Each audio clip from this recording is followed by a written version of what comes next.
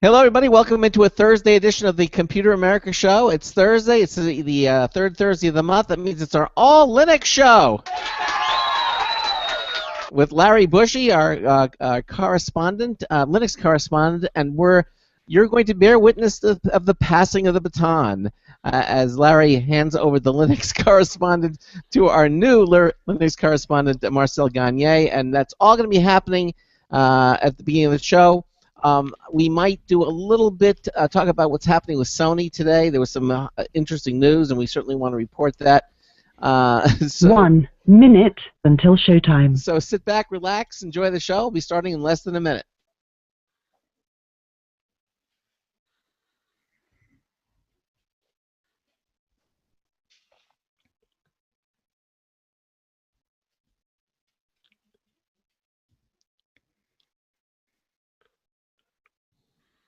Marcel, you can if you want to join us in our chat room, you can too. If you want to be in there. All right. Well, I'll do that. Where's the chat room? Just on our website. It'll just say it right in their homepage. It says that's just too much. That's just too much. I can't deal with that. Chat and live video. Don't do the live video from there though. You will get an echo. Just do the chat. Got it. Yeah. Okay.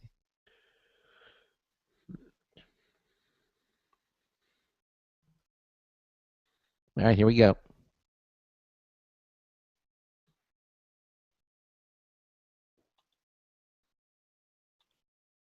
Your show will go live in 5 seconds. 4, 3, 2, 1.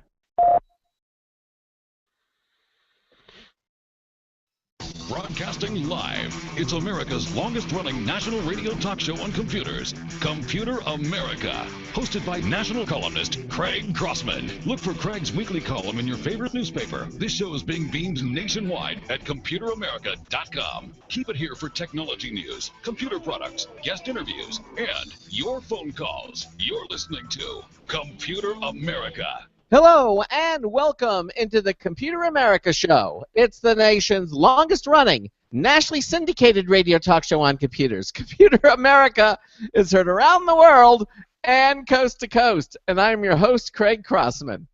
And I'm your co-host, Ben. And it's the Technology Thursday, and the Technology Gods must be against us because it's our all Linux show, and our Linux correspondent just fell out of the way. He was here, I swear, like 5 seconds ago. He was in the Google Hangouts, and now he's forgot to close the door. They like to run out the door without you looking. They just bolt. There he is. Okay, so he's back. So we'll figure out what's going on. Anyway, it's our all Linux show here on tonight on the Computer America program, and we're going to be talking about, just before we get into the Linux, we want to talk a little bit about the Sony happening. Why don't we just bring our correspondents and they can kind of join in on the conversation as well. Now, as I said, it's the third Thursday of the month. That means it's time for Linux. The Linux operating system continues to be more and more popular. It's an important operating system, so every month we devote an entire Computer America show to the subject of Linux. And if you have a Linux question, tonight's the night for you to give us a call. Joining us is our Linux expert, Larry Bushey. Larry is the creator and host of the Going Linux podcast. Larry, welcome into Computer America. How are you? I am doing fine for as long as my internet connection stays up. So if I drop out, I will rejoin, as I've done twice already. So other than that, I'm doing fine. How are you? I'm doing fine. Now, also joining us tonight is Marcel Gagne. Now, Marcel is the author of several books, and I didn't clear any of these, so these are wrong, Marcel. We'll just have to correct it for the next time. But you're the author of several books, including Moving to Linux, Kiss the Blue Screen of Death Goodbye, now in its second edition.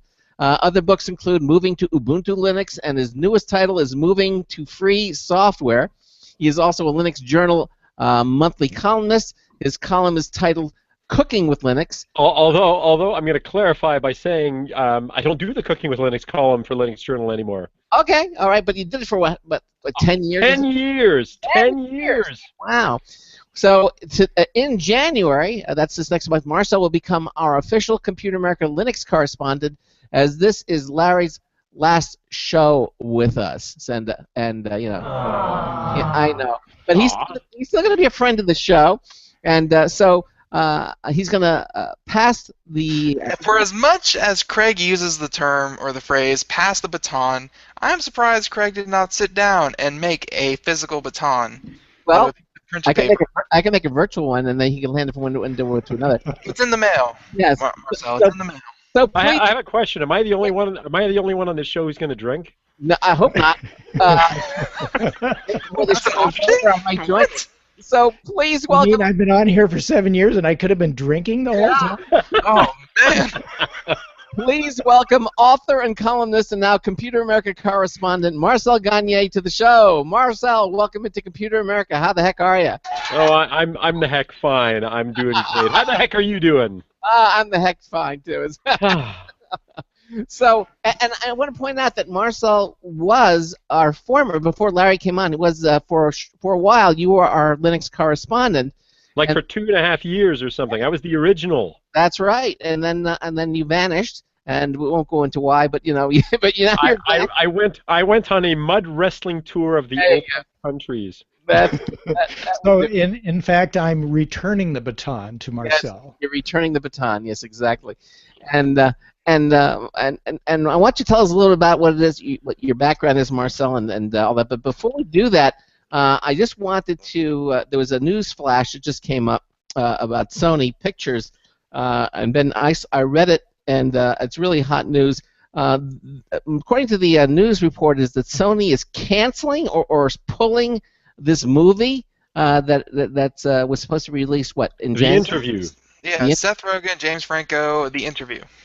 And why are they pulling it? Are they bowing to hacker pressure? I mean, what is it? Why? Why are they doing that? The North Koreans scared them. No. Yeah. No, that's pretty much it. It's everyone laughed, everyone joked, everyone howled with laughter when they said, "Oh, the North Koreans hacked Sony because of The Interview," and we all just kind of said, "Oh, that's funny. North Korea barely has a light bulb on after 6 p.m. It couldn't possibly be them." Well, it turns out when you have some extra money laying around, some nukes and whatnot, you can actually bribe some hackers to do your hacking for you. North Korea doesn't even have to be the one to actually raise these hackers. So, turns out North Korea was very serious when they hacked Sony Pictures, and they got 10 terabytes of private information, including social security numbers, including some movies that weren't released yet, just a whole bunch of things, confidential documents, and not only that, they threatened to release more and more of it until finally Sony Pictures bowed to pressure. From, I guess at this point, they're just calling them terrorists. Well, they also threatened violence against people who would show up at the theater to watch the show, as if they could do something from North Korea. That was a weird thing though. It was they. This is where someone's trying to find who bowed to pressure, and they're trying to say well, Sony Pictures, was it Sony Pictures or was it the movie theaters? Because whatever Movie Theater Association of America, whatever it is, that controls the screening of these things, 80% of the movie theaters in the country refuse to show The Interview because of danger to their customers, in case some radical decided to take it upon himself to go blow up a movie theater. But Sony Pictures didn't exactly help anything when they said, all right, movie theaters, you can go, you can show the movie, we'll give you the rights to the movie, to show The Interview, but the thing is, we will not hold ourselves responsible for anything that happens to your customers in any way. Okay, so the movie is still going to come out then? No. So when that happened, the movie theaters are like, well, if you're not going to take any part of, any part in releasing this quote-unquote dangerous movie because of, crazy people, we're not going to show it either. So since they weren't going to have a very good theatrical release, and they threatened, even more hacking on the backside if they did release the full movie, then Sony Pictures just said, all right, The Interview, Seth Rogen, James Franco, stop doing interviews, and we're just going to put this thing on ice for the foreseeable ever, and it's not going to be released ever. And even though it was meant to be debuted Christmas Day. Yeah, and I heard something, some sort of rumor about them possibly, or someone suggested to Sony that they release it for free on the internet and just avoid the whole risk of someone getting killed in a movie theater over this. You mean it's not already released on the internet? There might have been a leaked version, but I don't. At least I haven't, through all my numerous searches, I haven't found the actual, full-on release version of the movie. There's just clips and what have you. What about it just releasing it on DVD? No, see, that's been batted around both ways, but the big thing is Sony isn't an American company. Sony is owned by Japan, and the and the CEO who is in Japan said, this was already an iffy movie to begin with, before the hackings, before the threats, before the death threats. So even with all this, Sony Pictures, they're a multinational company. It's not just us here in America. We have we have defense systems. We have an army. We're fine. We don't have to worry about it. This is a company through many countries who have to worry about all of their arms, and so they're just kind of playing it safe and just pulling the whole thing. Had this been a Hollywood movie, they would have capitalized on this. It is a Hollywood movie. I mean, but it had not been Sony, but an American company like Warner Brothers or Fox or something. Sony Pictures is as much Hollywood as you get. I mean, a lot of these movie companies have arms elsewhere. We would see this. I can cite some examples of other movies that people were protesting and it just all it did was make people want to see more of it. And which has happened. A lot of people have taken online saying, they propose, hey, what about a straight to DVD release? Sony said, no, there's still threats out there. We don't want to do that. What about if you just released it free online and have a donate button, so people could give, whatever money they wanted to, and that's been thrown out there. And no, they just don't want the movie out there at all. Wow. Well, there's another additional scary story that follows this. Apparently, there are some theaters that decided that just for the hell of it, they would release, since Sony caved, they would release. What's that movie with the Muppets from a few years ago? They re-aired a 10th anniversary edition of Team America. Team America, exactly, which was a really bad and crazy movie anyway. But they were going to re-release it, so a bunch of theaters were going to play it. Well, Paramount. Apparently, you can go and read this on Gizmodo. Apparently, Paramount got scared and said, "No way! Don't you dare! I mean, we don't want we don't want North Korea coming after us. Really? I don't know what could possibly happen." So they pulled Team America, this Muppet movie from 10 years ago. Why don't we just make a rumor about every movie that's going to be released by Sony Pictures, and then and they'll pull all their movies, and let's just cave into the terrorists completely. Well, except that this is Paramount. This wasn't Sony Pictures. Wow. Team America is Paramount. Yeah. There's just so much that you can do at this point, without just kowtowing to terrorists. I mean, that's what our government policy is, that we don't cave into terrorists. Why should it be any different for any commercial venture? All right, I think we should all thumb our nose at Kim Jong. There we go, everybody. Am I the only one? There we go. I think we should just all stop going to the movies and just watch everything on Google Hangouts and YouTube. Well, there's the news story, and of course Ben and I will continue to follow it closely and report to you. Just crazy. Of course, we're going to. Tomorrow night is our last show for the year, and we're going to be off for 2 weeks. But when we come back in January, we'll continue reporting and see what's going on. We'll have a lot more.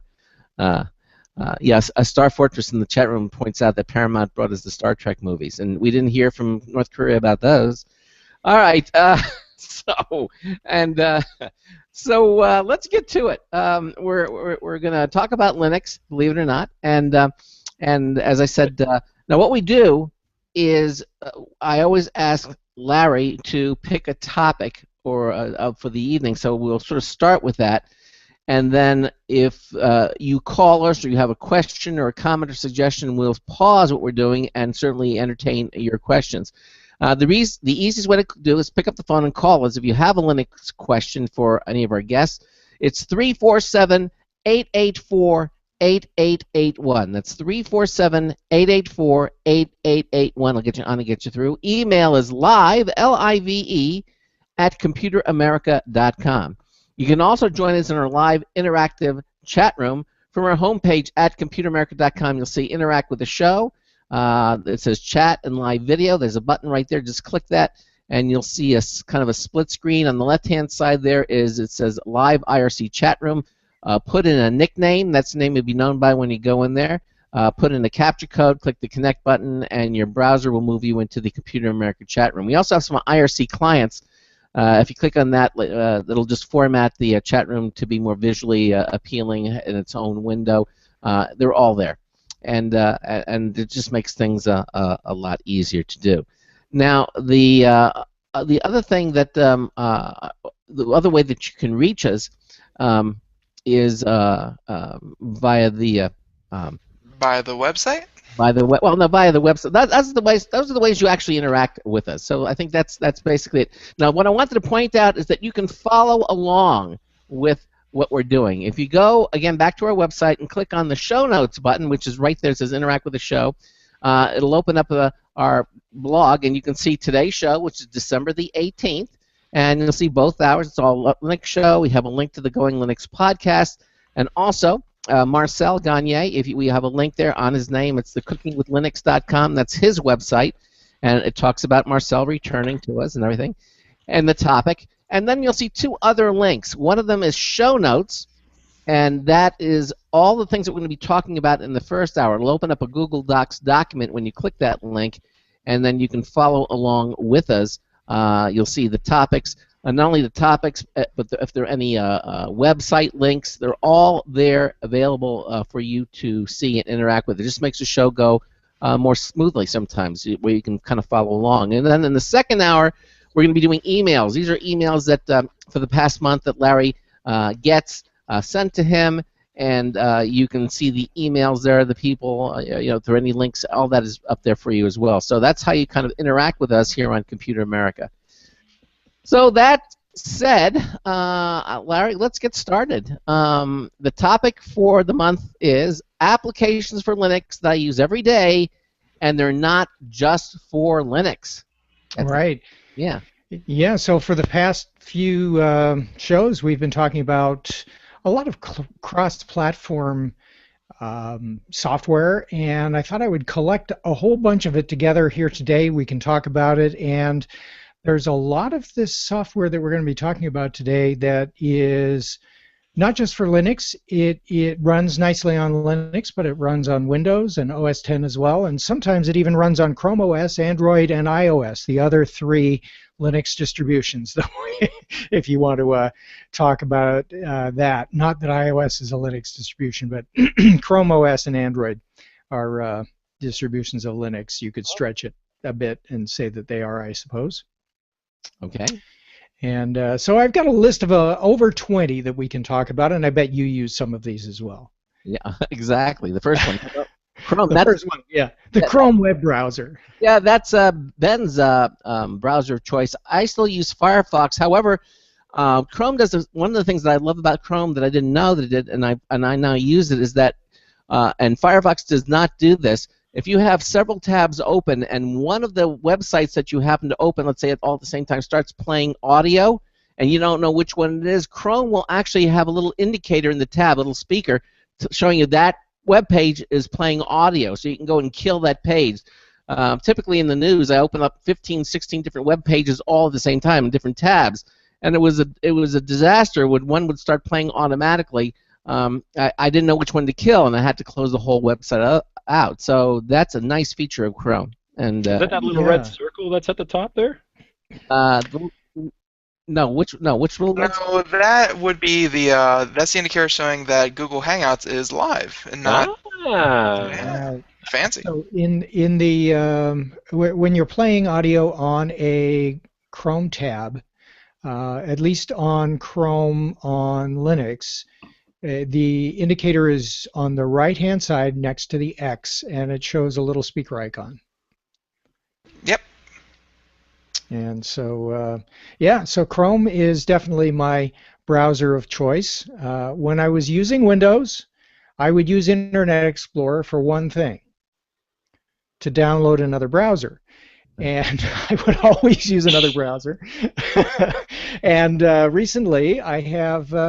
it's been so long since I've used Windows as a regular operating system that Chrome wasn't around at the time, but nowadays most operating systems come with some other browser installed other than Chrome. Of course, Chrome operating system comes with Chrome pre-installed, Mm-hmm.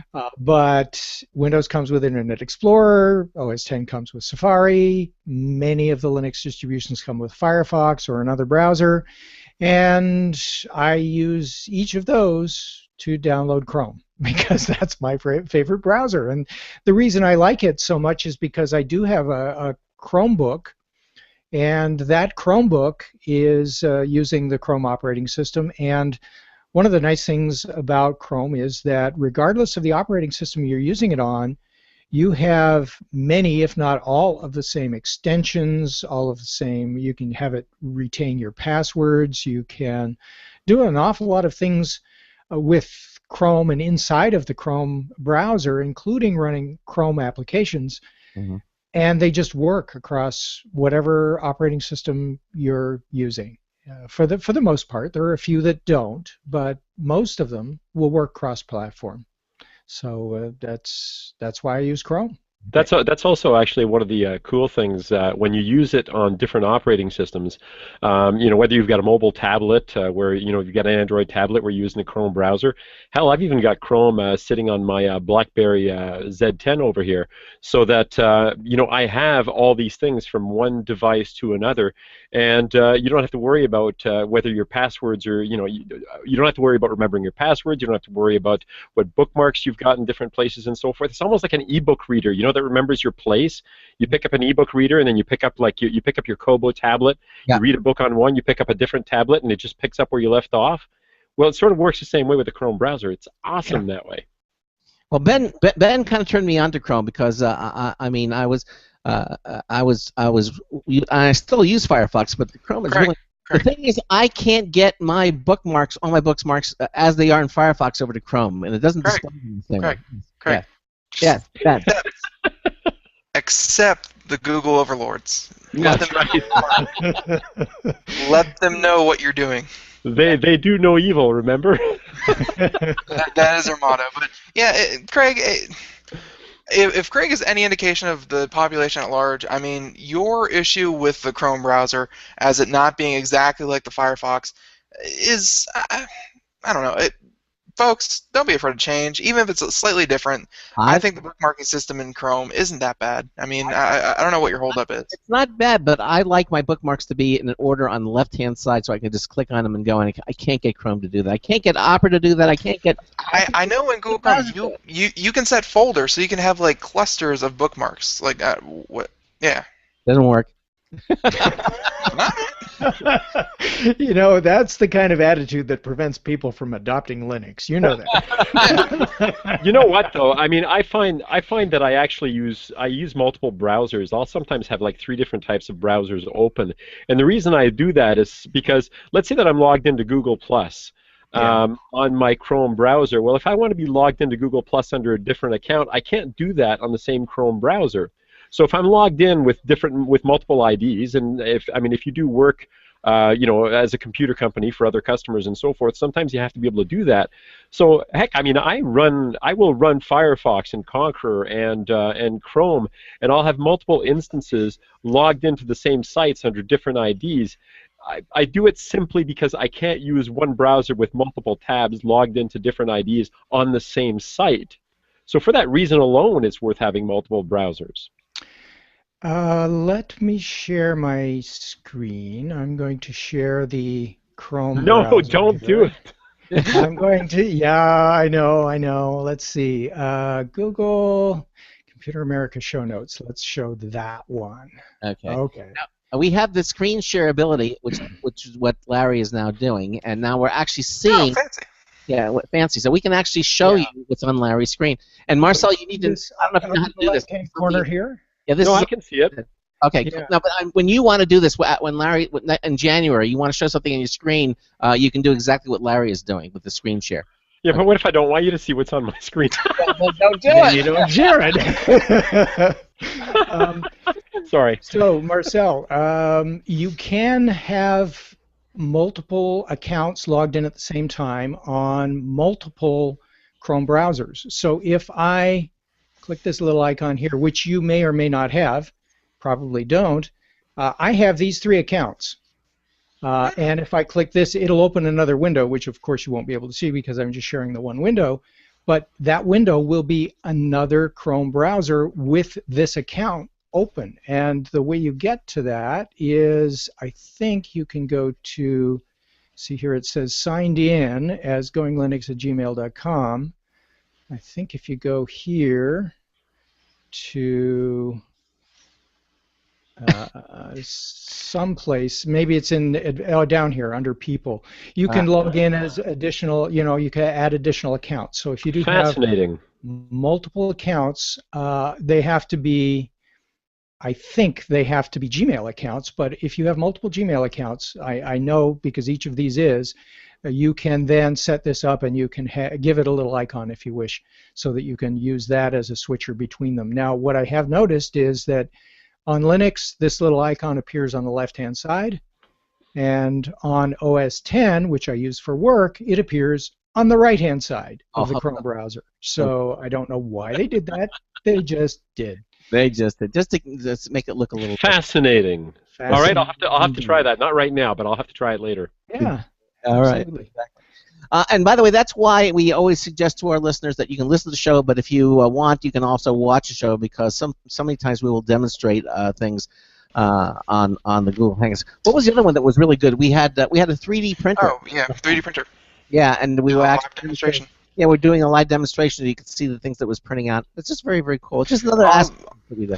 Although we do archive, so in case you wanted the premiere walkthrough by Larry Bushey, it's saved on the video archive. Everything's archived at computeramerica.com. Exactly. All right. So things on the internet never go away. Yeah, so Chrome is one of them. And then you have LastPass Pro. Yeah, LastPass. I don't know whether it's Pro or Premier or Premium or something, but the advanced version of LastPass. It's a password vault, a password keeper. And there is a premium version that you pay for, and it's some ridiculous amount of money, like $12 a year or something. And it's just absolutely phenomenal. Marcel, you were just talking about the fact that with the Chrome browser, it will remember your passwords. Mm-hmm. Well, it does indeed. LastPass has a Google extension that allows you to have it put your passwords in wherever you are, as does Firefox. So if you're like you and me and you use multiple browsers, I do use Firefox as well, you can install LastPass there with the same account, not having to pay multiple times, and it will remember your password vault across browsers and across operating systems and across everything. So another nice cross-platform application. Now, neither of the two that we've talked about so far is open source. Chrome is not open source. It's based on the Chromium open source browser, but and you can, of course, run Chromium if you prefer. Yes. And LastPass is a proprietary application as well, but it's good. It's very, very good. My multivitamin, I think, has Chromium in it. I think you may be right. You may be right. Yeah. Just an observation. Go ahead. If you do want to use an open source password keeper, KeePassX is a good one, except it's not completely cross-platform. There is a KeePass for Windows. I don't know that KeePassX or KeePass will work on OS X or not, and certainly there's nothing for the Chrome operating system. There are some versions for mobile devices.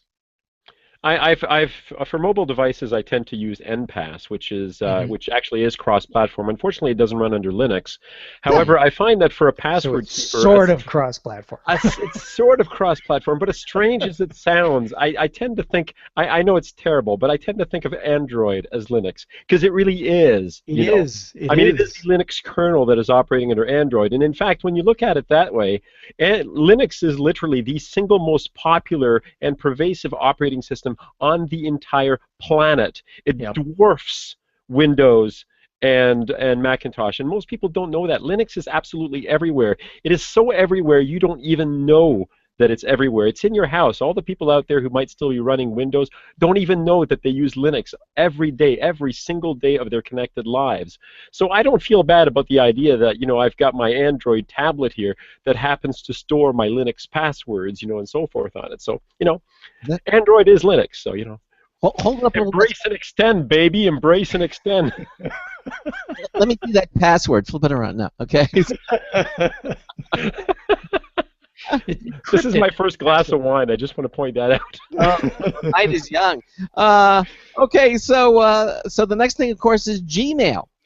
Yes, another proprietary cross-platform wonderful invention on the part of Google. This is not the Google show, no. But Gmail is something that I use. And I have used email clients in the past. That's software that you install on your computer. But these days, with Google and I was going to say stability of the internet. I can say stability of the internet. It's just my internet connection that's not really good tonight. But with the stability of the internet these days, at least in North America, having your email online all the time is a great way to go. And one of the nice things about Gmail is that it does have an offline mode.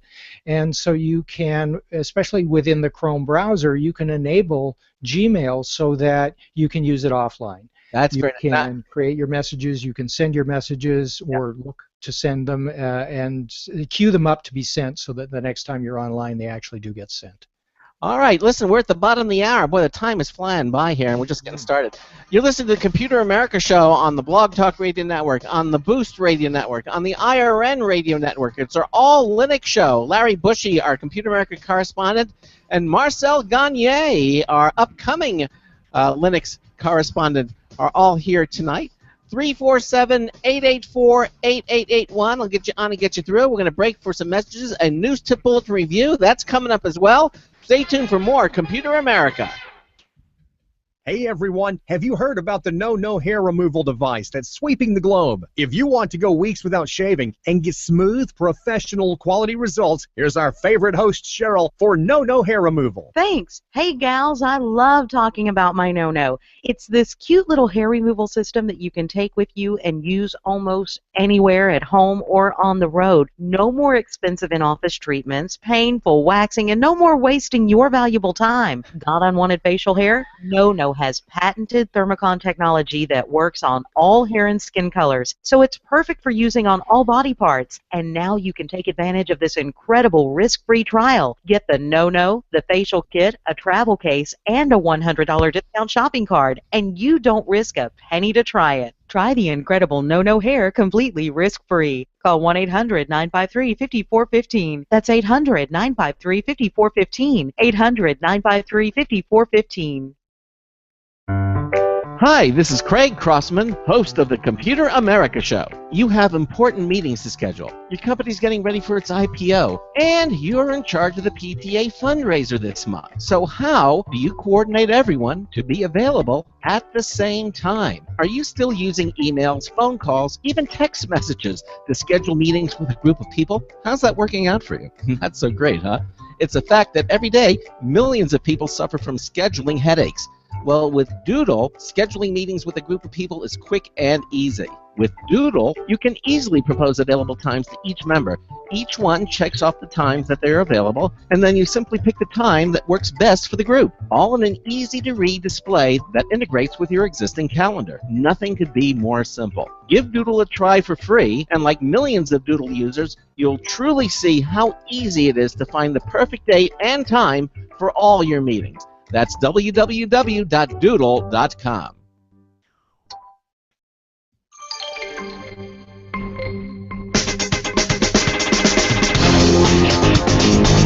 Oh, there you are. This is Marty Winston with a News Tips Bulletin Review for Computer America, and this time, the DeGauss Dual Driver Hi-Fi earphones. DeGauss Labs has a lot of nerve labeling their dual driver earphones for Android as Hi-Fi. So it's a really good thing that these are the very best sounding in-ear instruments we can ever remember hearing. We tend to be perfectionists when it comes to acoustic transparency, which is to say that hearing it in playback should be exactly like what we would expect to hear if we were in the room as a recording is being made.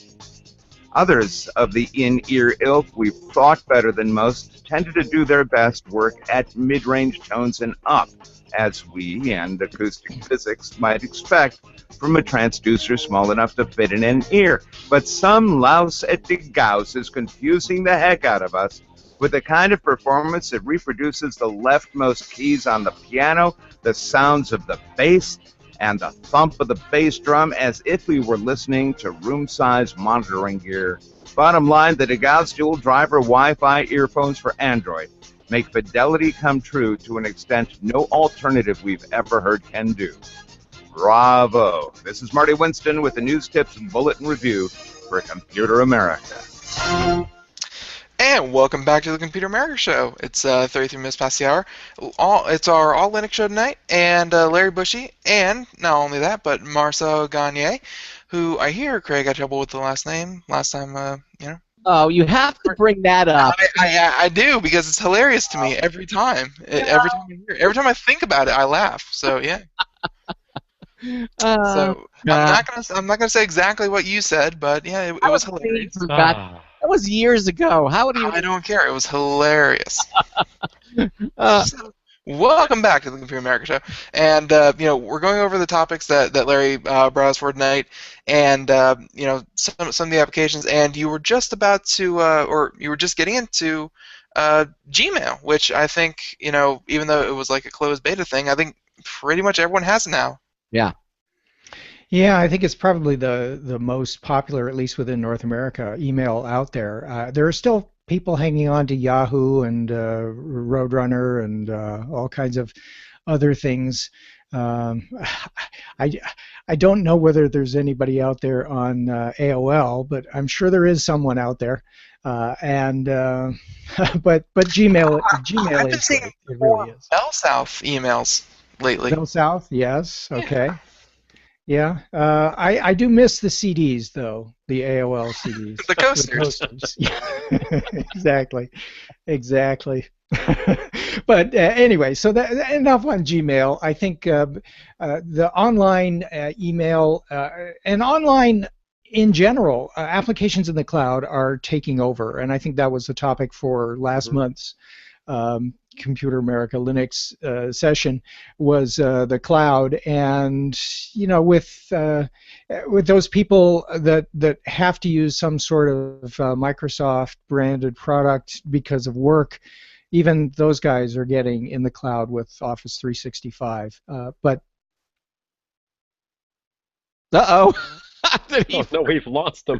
Oh no, it's out of butt. It's the North Koreans, I tell you. I think we made fun of the North Koreans, and now they're interceding. Well, I know that Larry will return with his briefly, but now do you? But Yeah. Larry is right. I mean, Larry is right.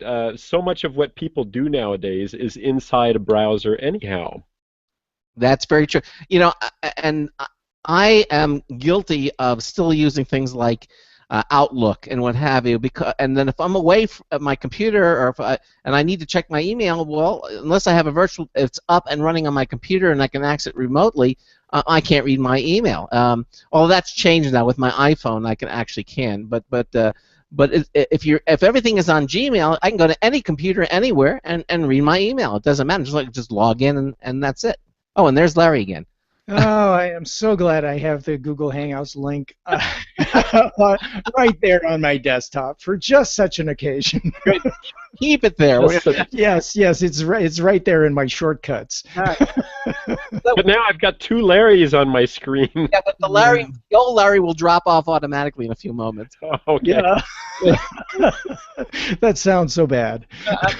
So we're still talking. So we're talking about Gmail, and I was talking about the fact that I'm just coming up. I mean, I have Gmail and I do use it, and it's great because no matter what computer or where I am, I can always access my email. And then you continue on, Larry. Yeah, for as long as I can. Yeah. Okay, so I think that's really all I wanted to say on Gmail. Okay. Is that It's great, and it's one of those applications that I use every day. I use it for work. My work provides a Gmail account, a Gmail for business, I guess it's what they call it. And I use it personally. As you saw, I have three different Google accounts, each of which has a Gmail account, and you can consolidate them all on a mobile device. I haven't figured out a way to consolidate them all without forwarding on a on a computer browser. But hey, have you tried using Inbox yet, as opposed to just the Gmail client? No, that is something that I haven't tried. Does that accomplish what I was? It does. Saying? It does, as a matter of fact. That's kind of what the idea behind that is. Would you like an invite? Sure. I would. Yeah. Who else wants an invite? I have a few invites. I can send a few out. What a guy! Forward your invite request to. No. I just meant you know, of the people that are hanging out at the moment here. All right, Larry, I'll send you an invite. Thank you, sir. Okay, I'm going to have to spell my nickname differently on the chat room again to get back in there. But as we're waiting for that to happen, our next application, and we're going through these rather slowly, mainly because I keep getting disconnected. So we may not get through this list. So let me do this. Let me run down the list so that at least we've mentioned each of these once, and then we can go back and talk to them, or talk about them behind their backs. Google Calendar, Audacity, LibreOffice, Maker, Blue Griffin, GIMP, FileZilla, HP ePrint, Synergy, there you go, iNetKen, it is on the list, VNC, Skype, Google Hangouts, Lightworks, VLC. Great player, I love that. Yeah. Yes, absolutely. And then things like text editors, I use whatever is default on the operating system I'm using. File sharing and synchronization, there are several of those applications that I use. Collaboration, screenshots, and screencasts and videos. So we can talk about each of those. We'll have links to each of those things in the show notes, but we'll talk about as many of these as we can before. And if we go into the second hour, we can read some of them emails. So if you want to, sure. You're control of this. Well, we try to shoehorn all of these things into the first hour. Okay. So continue. Yeah. Sorry. Go ahead. I'm curious as to, Larry was talking about file synchronization things. I'm curious as to what cloud services Larry uses. Cloud services. Okay. So file synchronization that I use Google Drive, I use Dropbox, and I use Box. Those are the three that I use, all of which are proprietary. And there are several available for Linux, and several of them can be cross-platform. But all of these work cross-platform perfectly on Windows, Mac, Linux, Chrome, and various other things, and have applications for both iOS and Android. So for the record, though, yeah, for the record, Google Drive does have some issues when running under Linux, and this is where I want to do a shout out, if I can, to a client called InSync, INSYNC, I believe it's called, which is actually it is fantastic. You pay for it once; it's like $15 or something like that. I use it on my Linux desktop, and it's absolutely brilliant. INSYNC, fantastic product, well worth the $15 to be able to access your Google Drive and be able to synchronize your Google Drive seamlessly, automatically, magically on your Linux desktop. Highly recommended. I use Google Drive a lot, primarily because I'm one of the guys who got it back when you could get 25 gig for $5 a year, and I still pay the $5 a year. They keep trying to talk me into upgrading my account, less storage for more money or something like that, but I just keep paying the $5 a year. But it's fantastic. So InSync, highly recommended, so that Google Drive is truly cross-platform on your Linux desktop. Well, if you purchase a Chromebook, you get like 50 or 100 gigabytes for 2 years, and Yeah. then you don't even have to, worry about that $5. Sure, make me buy yet another computer.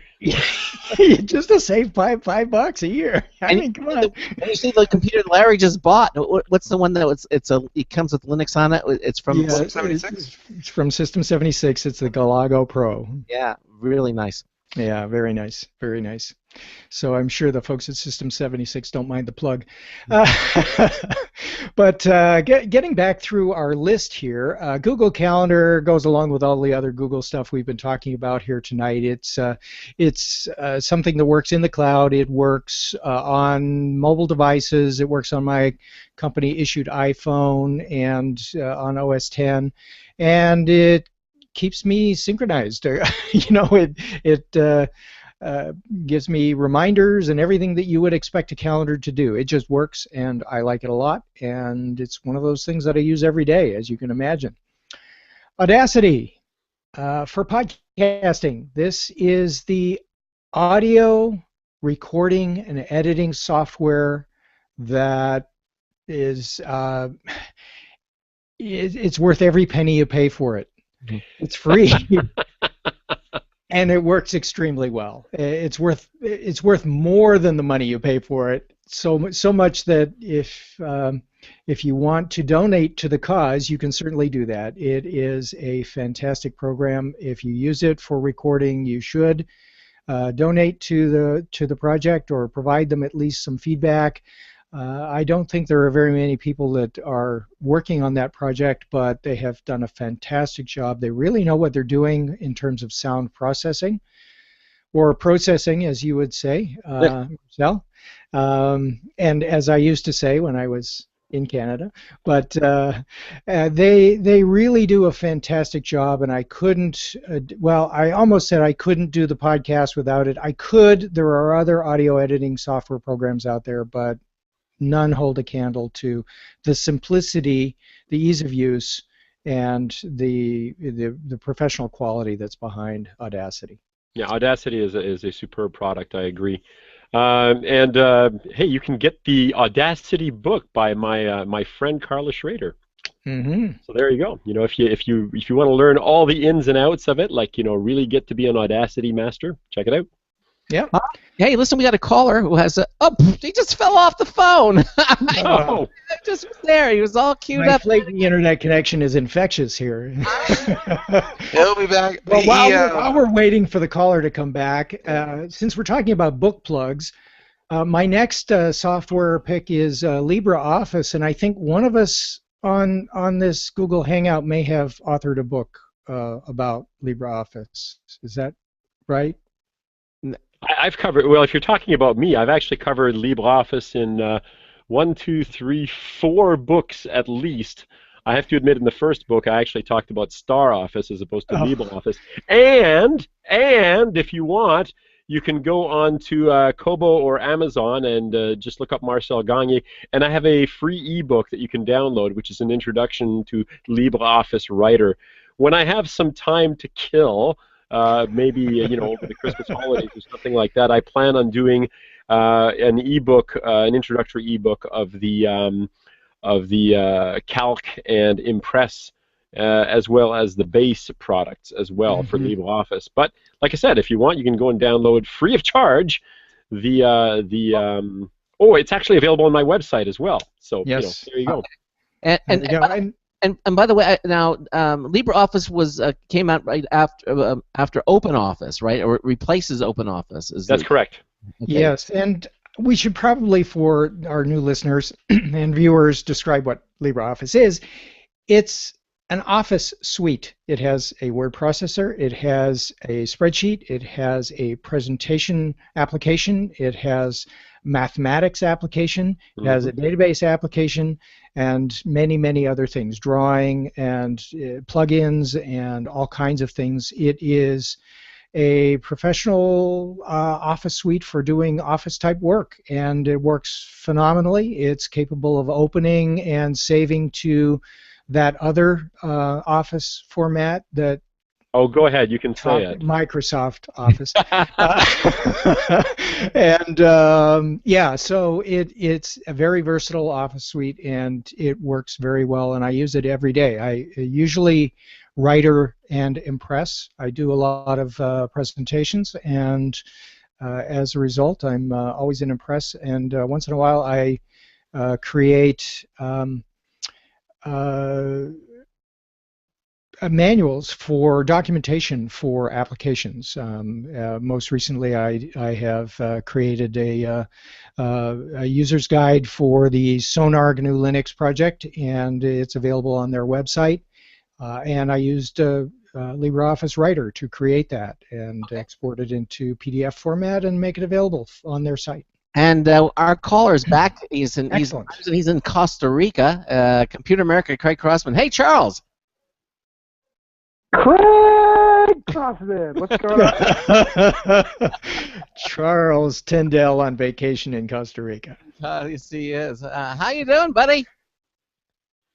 I'm doing well. I'm traveling, so I'm going to apologize for my connection and any type of poor call quality that I have. But I wanted to get on, and I wanted to harass Ben and you and everybody else and say I miss you guys and wanted to see how the show was going, how life was after Charles. That's AC after Charles. It's exactly or alternating AC, there you go. Or alternating current, depending upon how you want it. Exactly. So yeah, are we going to see you out at the Consumer Electronics Show CES in January? Because I know we're going to be broadcasting live from there. Actually, when is it actually? It's I think it's at January the 6th is Tuesday, I believe, is when we're going to be on the air. The 6th? Yes. The 6th? I don't think so. I can't say 100% no, but I'm pretty sure I'm not. I don't get back to the world till the first week of January, and I know I've got some interviews in Denver on the 5th, so I won't have time to get out there. However, if there by some off chance I can make it out there, I will show up and I will surprise everyone. Oh, wonderful.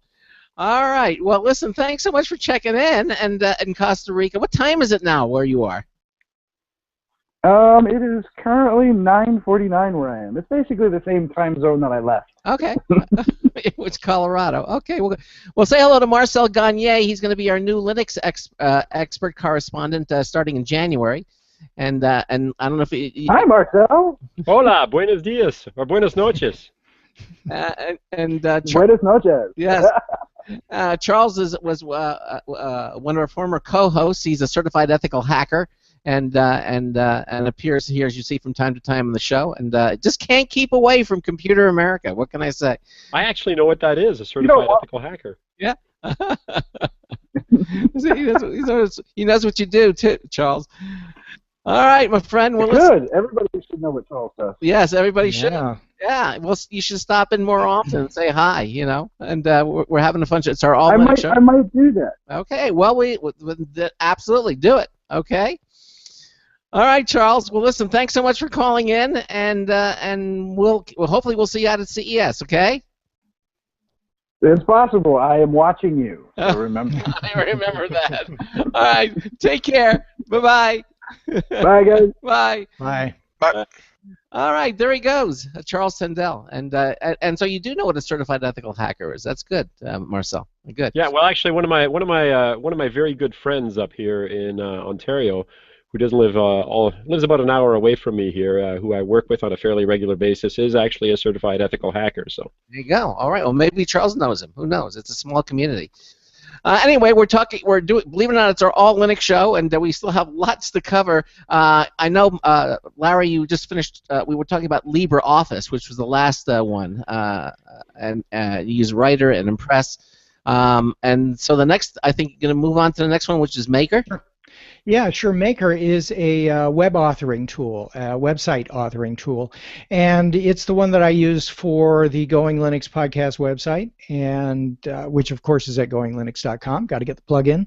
And Maker is a little more than your average HTML text editor. It is a full authoring site that allows you to separate the the graphical parts from the text parts, and allows you to use it much like a CMS, not like the Drupal site that that Marcel might use for some of his websites, but it's certainly a nice CMS sort of authoring software.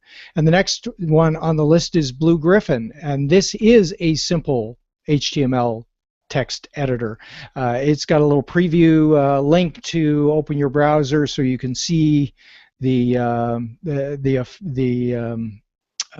results of your HTML editing and your typing, so that you can preview it right there within the Blue Griffin application itself. So the reason I use it when I've got such a powerful tool as a Maker is when I need something just very simple as HTML, I crack open Blue Griffin and put it in there, because it's simply just that. It's a nice HTML text editor that is compatible with HTML5 and CSS and all of the other things that you need when you're doing text editing, but it's just not got the sophistication that Maker has. So that's why I've chosen not to use it for my day-to-day work on the website.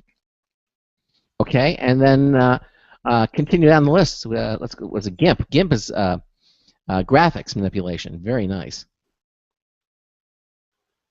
Oh, did we? Did we lose Larry again? We lost Larry again. He's having some internet problems. I'm not sure what's going on. All right, I'm gonna jump in. With I think he had something different in mind when you said you're gonna start phasing Larry out. Every 10 minutes. I'm pretty sure that wasn't the idea, but hey, I'll jump in and help out with a GIMP.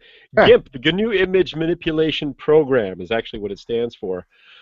GIMP is, if you want to think of it as a replacement for Adobe Photoshop, is actually a superb image manipulation program for creating graphics. It's not a vector graphics tool, but it does. It'll do like RGB graphics and JPEGs and GIFs and and so forth. It's a great program for touching up images, for creating graphics of various types, for making funky logos, for applying special effects to photographs and so forth. It's one of those things that I've had in my toolkit basically for for years now, and it's a fantastic program that you can actually get the GIMP as well for Microsoft Windows.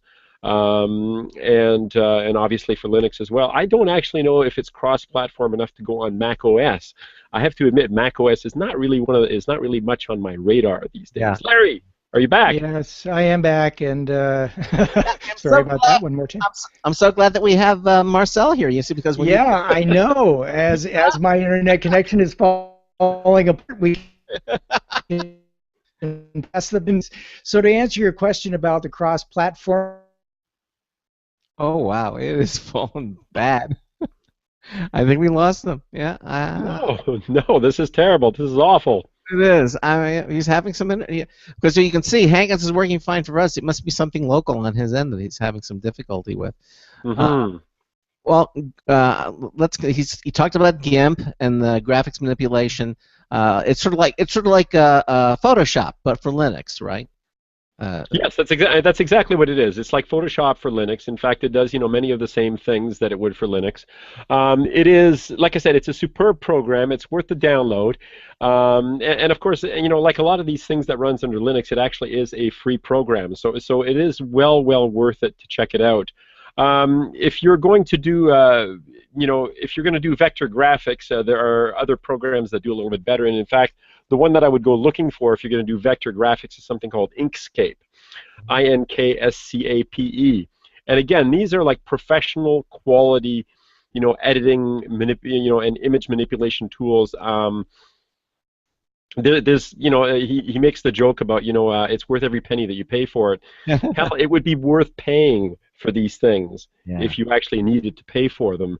But as it turns out, they're free. You can just download them and use them on your computer, and and not have to pay anyone for anything. It's fantastic. Right, exactly.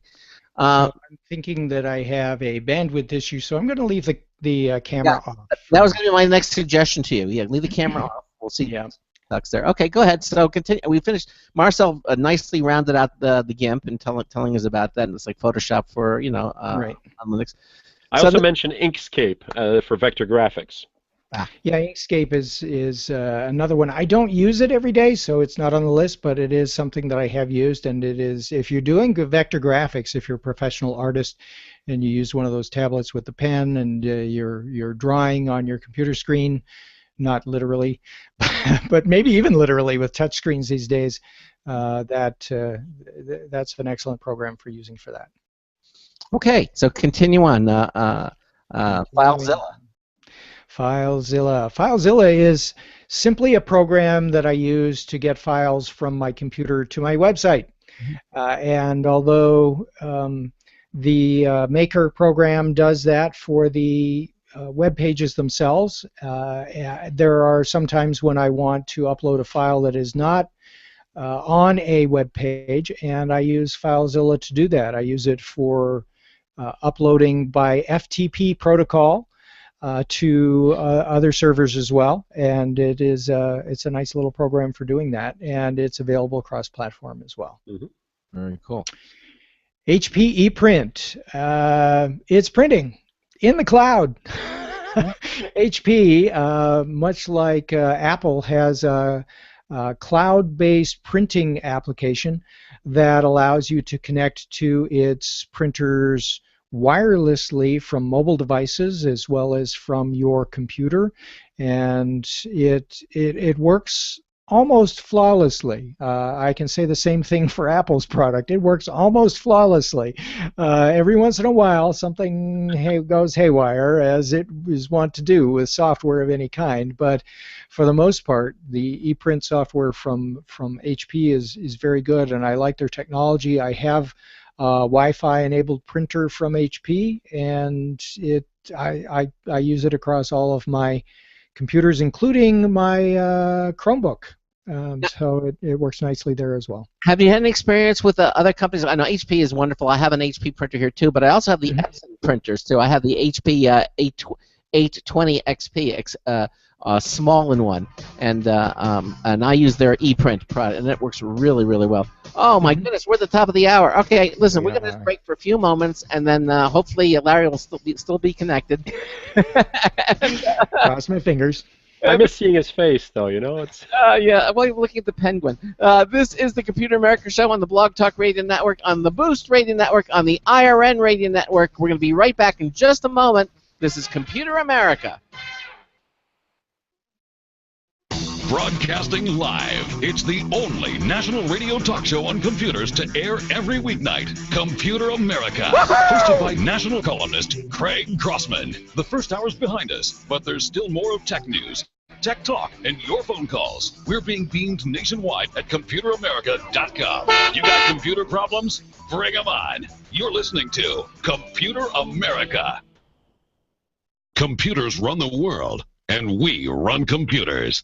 Call us or send us an email to live@ComputerAmerica.com. Hello and welcome into Hour 2 of the nation's longest-running, nationally syndicated radio talk show on computers. This is the Computer America Show, and I'm your host, Craig Crossman.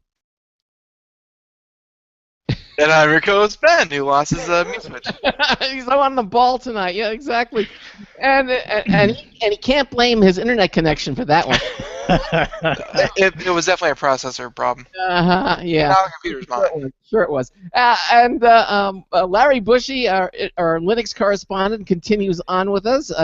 If not, at least in picture, at least in voice, we can hear him, as not also see him. And of course, Marcel Gagne is going to be our new Linux correspondent starting in January. But he is here with us tonight just to get things moving, and we're sort of glad that he was here, because we had no idea that Larry was going to have so many internet problems tonight. So Marcel's kind of covering for Larry when he's not on the air with us, and we appreciate that.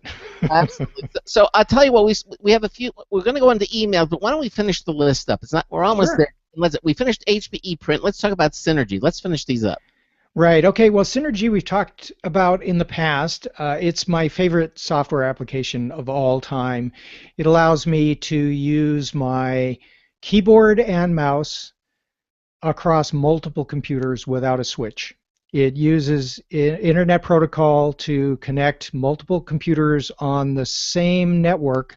That's the key thing. They have to be on the same network to a single keyboard and mouse connected to one of the computers, and allows you to drag and drop your mouse from one computer screen to the other, even across operating systems. It works on Windows, Mac, and Linux, and it works beautifully. It even allows you to take things from the clipboard on my Linux laptop and copy it and paste it over onto my OS X laptop, and vice versa.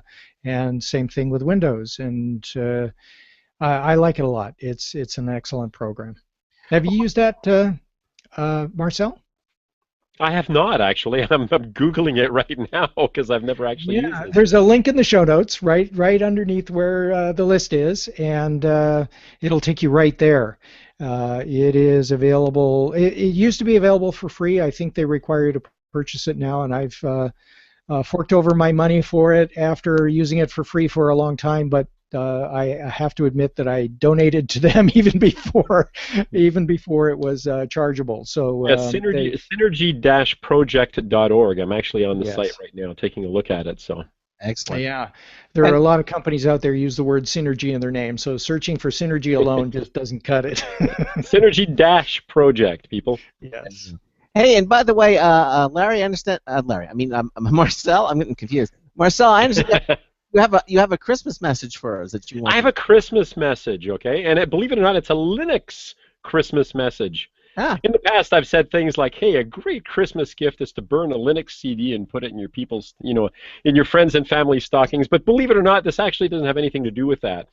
I have a couple of friends who are actually involved in the business of collecting used computer systems, old computer systems, for recycling and basically repurposing for families that cannot afford them and so forth. We have an organization like that here in Kitchener, the Working Center, the Computer Recycling Center. I also have a friend named Ken Starks who lives in Texas, who runs an organization called Reglue. And Reglue provides computers to financially disadvantaged families and their children in Central Texas. Their philosophy is that you build the future by giving these kids the tools and technology that will help them basically shape the next world. That they provide not only the computers, which they rebuild and install Linux on and provide a whole bunch of cool tools and so forth. They provide training, and they even deliver the computers to the homes that need them. Nice. Since 2005, they've already rebuilt and delivered about 1,100 computers. Now, I'm pointing out Reglue, which is at reglue.org for the people that might be in the Texas area. And I mean, they always need equipment. They need CRT monitors, USB wireless adapters, things like that. But what I'm trying to highlight there is, if you're looking for something special to do for, those people out there that might not have the resources that you've got, that might not have access to the same kind of technology that you've got and so forth, consider taking that old technology that you've got at home, some of those old computers. Look up your local recycling center, like we've got here at the Working Center, or like an organization like reglue.org, and contact them and and give them that equipment and let them repurpose it. Like I said, often what they do is they install Linux, they install something like Ubuntu on it. They train, they give these people all the tools that they need to basically make their lives better. And they don't charge them for these things. So, like I said, it's one of those things that you can do for other people with things that, frankly, you're just not even using anymore. Because, I mean, we've got old technology that's lying all over the place that basically just piles up, and this is a great way to take advantage of that stuff and help somebody out. So, there you go. And I've just put a link to Reglue in the show notes for those who are interested in participating there. And I have one more to add to your list, Marcel, and that is the Sonar project. Sonar has something that they call Computers for Sonar, which is something very similar. Sonar is a GNU Linux distribution that it's designed for folks who have disabilities. So they had an eye tracking software pre-installed. They have screen reader software pre-installed. And one of the things that they do as part of their organization is they offer to connect people who have computers with people who need computers. So they don't actually load the software on themselves. They expect you to do that. If you have an old computer, install Sonar on it, and they will get you in touch with, or other people in touch with you, that need a computer with this kind of software enabled on it, accessible software enabled by default. So they will find both donors and recipients and act as the broker in between. So we'll put a link in the show notes to that as well. So which distribution of Linux does altruism come from? Because it seems rampant in your community. It's scary. Well, I would say all of them. I would say that too as well. Yeah, absolutely. I mean, that's the philosophy of open source and free software. It's rampant because it's pervasive throughout the entire community.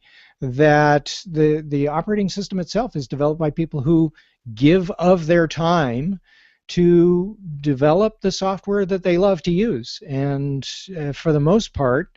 Well, I don't know for the most part. There are plenty of corporations that pay people to work on Linux, but they're paying those people to work on Linux because they themselves use Linux in their organizations. But there are plenty of people who donate their time, donate their programming skills or their documentation skills or many other talents that they may have to these open source and free software endeavors, and so it's just a way of life in the open source community.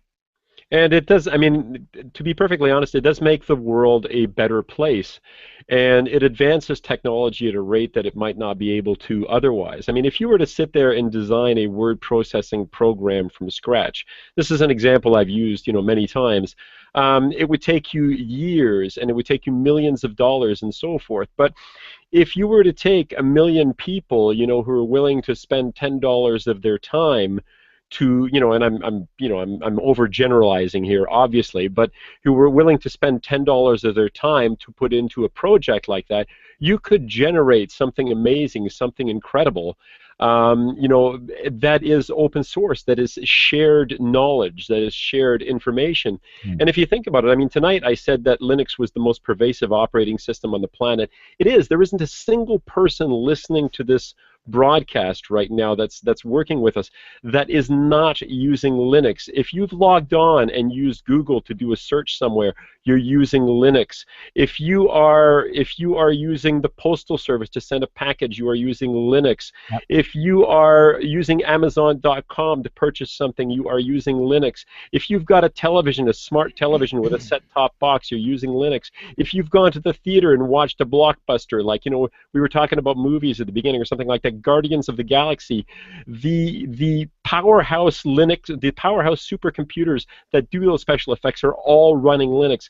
Linux is everywhere, and it's the work of not just companies and people who threw money into it, but a lot of people who do it because they have a passion for it, because they believe that sharing their knowledge and sharing information and sharing what they know with other people can help make the world a better place and get us to where we're going faster. There you go. That's it. Well said. Thank you. Merry Christmas. There we go. There you go. All right, so we're going to. You still in your first glass, Marcel?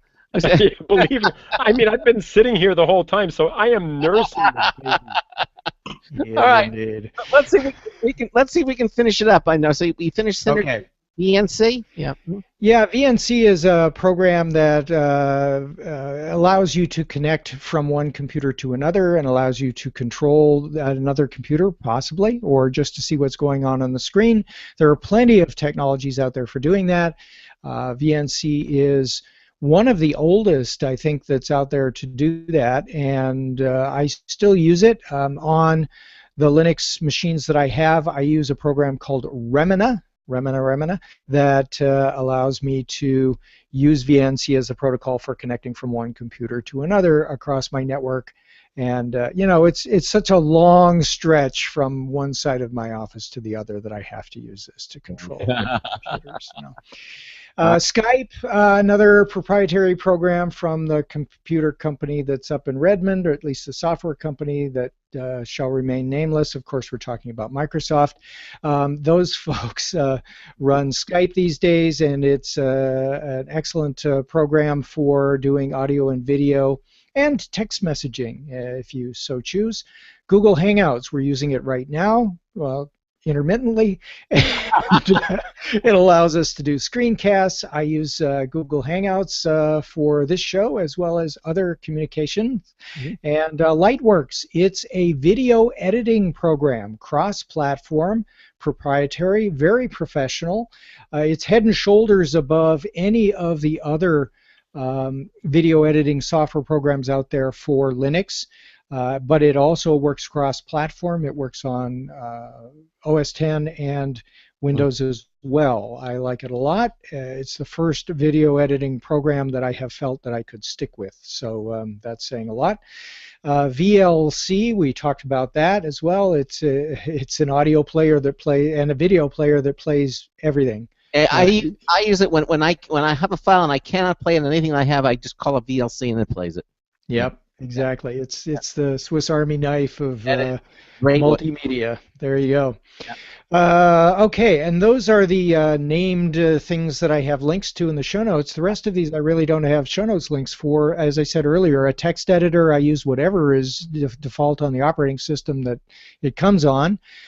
We talked about file sharing and sync, Google Drive, Dropbox, Box, and many others. All right. Collaboration software. I use Skype Chat as a chat program. I use Hex Chat, of course, when we're in the Computer America chat room. I also use Google Chat, and I use Salesforce Chatter. Full disclosure, I work for Salesforce, but I use it to communicate both internally to the company and to our customers. You have a real job? I do indeed. Yes. Computer America doesn't pay me enough to live on, so not casting any aspersions, Craig. Okay, I want to throw out my own couple of choices for cross-platform chat clients. Okay, and by chat clients, I'm talking like pretty much every protocol you can think of out there. One of them is Pidgin. Pidgin. It is cross-platform. You can get it on Mac and Linux and Windows and so forth. It's pretty cool. It's pretty nice. There's one I like even better than that called Jitsi, Jitsi. It's actually a great little client, and again, it works on a variety of operating systems. It uses Java. It's a Java-based client, but it's actually a Java. I know, but it works. It's lovely. It's a great little IM client. Works on just about everything. Hey, at least I didn't say it ran Flash, okay? That's true. I was using Java for our chat room for so many years, and finally it just kept hanging. We finally went over to IRC. Because it just couldn't take it anymore. It would just hang my browser. In a modern operating system, it would bring a modern operating system down to its knees. I've had it with Java. So what's amazing with Java though is that it works best when it's self-contained inside the package that it's being distributed with. In other words, Java is not this thing that runs in the background that runs once, runs everywhere as it was once promised. You bundle it up with the application so that it does work perfectly. And under those circumstances, it's actually surprisingly good. Okay, well, I'll take your word for it because my experience with it has been. I mean, with first of all, with HTML5, you don't really need. It does everything that Java and Flash does anyway. So with it will eventually do everything. Yeah. Once everybody else gets around to using it. So yes, I can sort of agree with that. Okay. Yeah. All right. There you go. Okay. And do you have any more to add to the list? Marcel.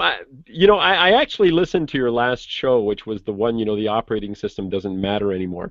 Yeah. And of course, I thought that was great actually. The operating system doesn't matter anymore, so use Linux. And of course, no, but it's true. I mean, we're living in an internet world. Everything is connected. Everything is online. We live our lives in the cloud. Most people don't even know that that's what we're doing. We take pictures, they automatically get uploaded to Dropbox or whatever your particular file share, your particular file storage service happens to be, and so forth. So there's no reason for not running a free open source operating system. Absolutely none whatsoever, particularly when the benefits are so great compared to all the other crap that's out there. And of course, something, I don't know if you've been paying a lot of attention that way, but the non-mobile device market this year, and I'm talking specifically what we think of in terms of notebooks and so forth. The big thing this year that has eclipsed everything else is Chromebooks. Okay, yes. Chromebooks are the thing that nobody saw coming. It's the success story that nobody thought would ever happen. And yet Chromebooks are running Linux. We think about this with Android. It's like, Android, it's such a great little name, Android. It's got that cute little green guy, who bites down on things and eats ice cream sandwiches and chocolate eclairs and crap like that. But that's Linux. I mean, Linux is running on those things. Your Chromebooks are running Linux and so forth. So you know what? I mean, even Microsoft has figured it out. You were talking about the idea of Office 365 running in the cloud. Yeah. That's because even Microsoft has figured out that the future is not that desktop operating system. The future is what connects you to the internet. And you know what connects you to the internet better than anything else? The thing that runs the internet, and that's Linux. Yes. Okay, we had Microsoft on the show 2 days ago. Oh, sorry. I love those guys. I love them. Yeah, I know. I do. And they love Linux, apparently. Evidently, that's the case. All right, so I think then we're finished with our show notes. The first one, the ones that and we're going to move to our emails portion of the show, and we have time. And again, you can go to our show notes page at computeramerica.com, and you'll just see the link there on today's show, December the 18th. And you'll see emails. Just click that. It'll open up the Google Docs document that we're going to be discussing now. And this first email, again, is from Michael, who is a blind user in the United Kingdom, and he has a question about backups. He does indeed. He writes, "Hi, my barman, who has helped me get set up, had to do a fresh install of Ubuntu for me as either I got the keystrokes at boot up wrong, or I couldn't boot into Linux on the DVD because I kept getting the timing wrong when pressing the key sequence. When I do a system backup, would using Ubuntu's default menus under settings be sufficient to back up to a DVD, USB stick, etc.? The options for backing up under settings appear to be accessible using Orca, which is a screen reader, of course. I know you can back up using tar from the terminal, but it's quite involved to be able to remember the format of that command." And so, Michael, the answer to the question is yes. The backup program that comes with Ubuntu, the one that comes with Linux Mint, and the backup that's provided on most Linux distribution will work just fine to back up to a USB stick, to a USB drive, to even a DVD if you have a DVD recorder in your machine. And the backups it makes, depending on the settings and depending on which software it actually is using to do the backups, may be simply copying the files, or it may actually be doing a compressed single file backup of your, or even a multiple file compressed file backup of your computer's folders and files, or maybe even performing an image backup in some cases. But generally speaking, for general backup purposes, the backup programs that are available under the system settings in Ubuntu, or just the backup program, however it's named, in your Linux distribution will do your backups just fine. Okay, well, good. All right, and especially, for those people who are blind and use the Orca screen reader. If you have a distribution like Sonar or Linux or those that are specifically designed for the screen reader, the backup program that's provided will be accessible to the screen reader. There's no guarantee on some of the other distributions that are out there, although if it's the same backup program that's used in Sonar or Linux, it's going to be just as accessible on another Linux distribution. Okay, now Charles Tindall, of course, is in the chat room, and I want him to hear this next email from Jonathan, and I know he's listening. So why don't you read this one next, Larry? Okay, I will do that. So Jonathan actually asked about Charles. He said, Larry, I noticed that Charles Tindall has not been the co-host on Computer America show for several episodes. Do you happen to know if he's coming back? I saw this big smile coming on Ben's face. Oh, that hurts. I enjoy your podcast and will miss you on Computer America. You've done a fantastic job so far. Jonathan, well, Charles is not still on the phone, so I'll let Craig talk about whether or not, or maybe Ben talk about whether or not Charles is coming back. Wasn't planning on it. I didn't get any love mail when I went away, so maybe. We don't know. What do we know? Yeah, I'm sure he'll be back as a special guest. Yes, he is. And matter of fact, Charles actually mentioned that he may be doing a 60-second thing on security for us on a regular basis, sort of like what Marty Winston does for us in the News Tips Bulletin Review. So we might actually do something like that too. So Charles is going to always remain a part of the show. So that's because he does a terrific job, really does. Yeah. So tell Jonathan that Charles still has his spirit still wanders around the hallway, the virtual hallways of computer. You make him sound like a ghost. Oh my goodness. Okay. Okay. That one hurt. Do you have any happier ones? Ones about people having problems? Oh dear. Now, do we need to go back to Michael or something? He had a follow-up, or do we do that? Yeah, he did have a follow-up. Let's go back up there. Later on, he wrote back. So this is the same gentleman who was asking about backups. He said, "Do I need to alter any settings in Firefox to get web pages to read better with Orca?" I ask because there appear to be pages where focus isn't tracked properly when I arrow up and down the page, so the same text is repeated when I arrow up and down the various lines. For example, if I go to my main banking site and I read the name of an account, when I arrow down to read the balance, it will read the account name, and currently I might have to right arrow after hearing the information before going down to read the next item of information. Okay. Such as an account balance, which is very confusing and a bit of a pain. So in other words, it doesn't follow a linear sequence. You can't just hit the down arrow and go through the page and have it read everything on the page. He continues, I have done sudo apt update, say it again, Larry, sudo apt-get update followed by sudo apt-get upgrade. So I assume my version of Firefox is up to date, but still Orca reads web pages in this annoying way. I had the same problem when I first had Linux installed in this computer. I don't have the same lines repeating when I arrow up and down in Thunderbird. This strange problem also annoys me on pages like Ubuntu forums, like when I read information on how to do something where it wants to skip text and appears to be connected to generally scrolling pages or certain ones with Firefox. So although that seems a little bit confusing, I think I've got the idea, Michael, that the web pages, when you're in the browser, it's not reading each line as you would expect it to.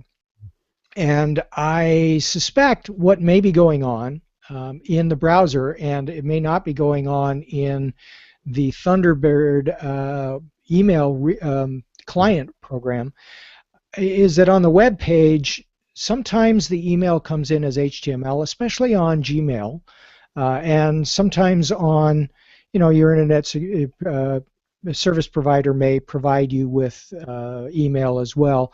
Oftentimes, the default is to bring in the email as an HTML page, and especially with banking, they will often give you the balance in a table on the page. And sometimes the table has columns, and in order to go from one column to the next, you have to hit the right and left arrow as opposed to the up and down arrow. And I think that may be what's going on there.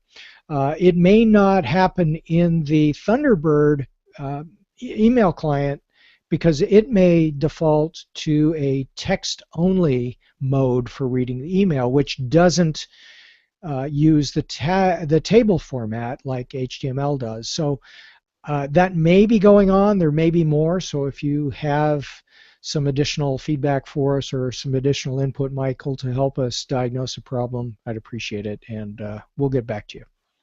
All right, good enough. Okay. All right. So we talked about Jonathan, and now we should go on to Jim. Right, and he asked about leaving computers on all the time. Now, this is an old debate. It's like, roll of toilet paper had the roll going, the paper goes over the top. It's over the top. Underneath the roll. That one's been solved a long time ago. Over the top. Yep. I agree. It should be over the top and underneath. But this is in that spirit. Jim it is. It's one of those questions that will be with us till the end of time. Exactly. Or as long as we're using toilet paper, anyway. Yes. So Jim writes, "Hi all. It's been a couple of years since I have emailed you, simply because what few problems I have had with I have been able to resolve easily for the most part. I either knew what to do or the answer was easily found on a search on DuckDuckGo." Do you know what DuckDuckGo is? Yep. Yes. It's a search engine, an open source search engine. Okay. I rarely need to use Google. I use Skype for my primary telephone and have a cell for when I am away from my computer. My question is, does it make any difference in the life of a desktop running Linux to keep it on all the time? So there's a little twist to this eon-old question. I have two desktops, an Acer Veriton and a Dell Optiplex 755. The Acer is my everyday computer, while the Dell is what I call my entertainment center. It is much faster. Both are 64-bit, but the Dell has twice the RAM. Thus, it does a much better job of streaming videos from the internet. The Acer's fan is much quieter than the Dell's, which is very important to me as I am much more sensitive to noise than most people. And we will come back. And we will come back with the answer because we're at the bottom of the hour break. Okay. This is the Computer America Show on the Blog Talk Radio Network, the Boost Radio Network, and the IRN Radio Network. We will be right back with the answer to this question right after this. Stay with us.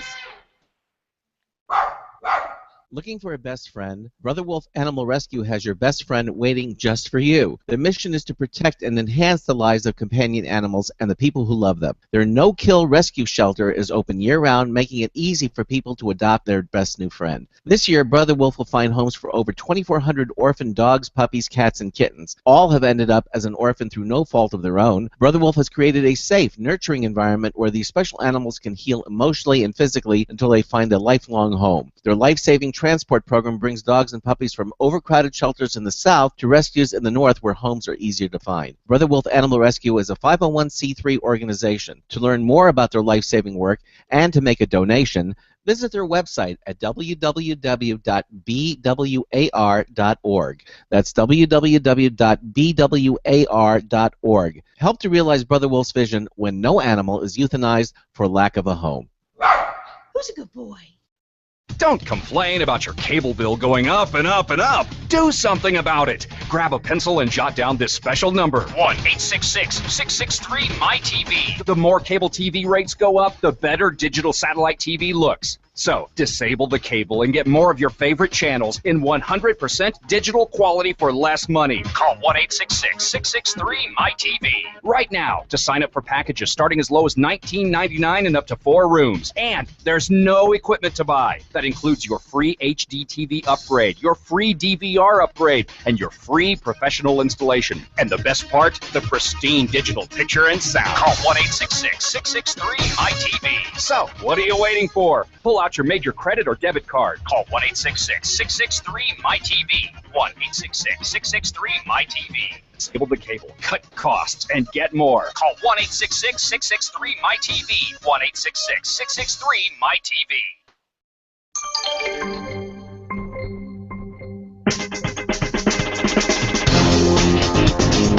Who let you in? This is Marty Winston with a news tips bulletin review for Computer America. This time, the Cogito Classic. Cogito Classic is a different kind of wearable tech in several ways. Even when nothing's happening, it's a decent wristwatch with luminous hands and a tap-to-backlight digital time and date display.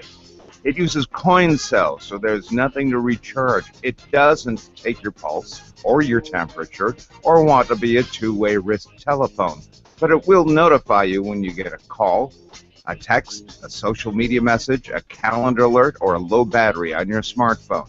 It can remote control your handset's music player or camera.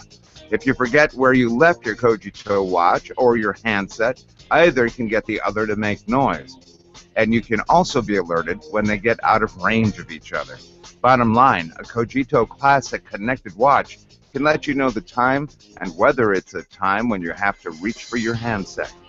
This is Marty Winston with a News Tips Bullet Review for Computer America. I'm going through all the names in my head that have co-hosted the Computer America Show. There's only been one host, but all the names I've co-hosted over the years, the Computer America Show. And I just realized for the first time that every time someone leaves, there is hate mail, there is we miss you mail, there is, where'd he go? What happened to him? Is he okay? Is he alive?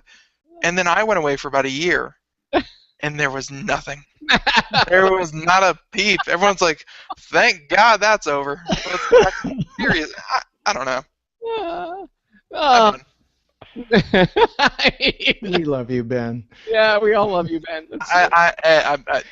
Yeah, okay. So, yeah. Everybody knows you'll be back. That's the thing. Maybe. I don't know what it is. Welcome back to the Computer America Show. It's our Going Linux show. We have Larry Bushey, we have Marcel Gagne, and we're just trying to get through as many of these emails as we possibly can. This show has gone by so quick. It's crazy, and yeah. So we were just in the middle, or at least just reaching the end of this email, and and we're trying to. Should you leave a computer on or turn it off? Yeah, leave it on all the time or turn it off when you're not using it. Yes, and right. So we were getting to the last sentence of this email. All right. Oh, yeah, well, I was going to leave it off, but since you asked, it says, enjoy listening to your podcast. Yours and Distro Watch are the only ones I have found worth listening to, Jim. And, well, we appreciate the sentiment, Jim. But in answer to the age-old... Uh-oh. Oh, no. I think we're never going to know whether you leave the computer on all the time. To the age-old question. Right. Should we leave the computer on all the time? Well, yes. Yeah. Yes. Yes. Well, we can take a little mini poll. Yeah.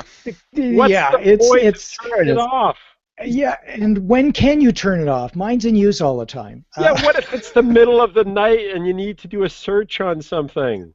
That's right. I mean, it's got to be there. I mean, we're night people. Besides, if you're running Linux, it'll just keep running like forever. You know? Yeah, you don't need to. But I suppose, I mean, what it comes down to, part of the question that he asked, which I guess was ignored or didn't get to, is does it have any effect on the life of the device? And the fact of the matter is, every piece of hardware, whatever the heck it happens to be, has a finite lifetime.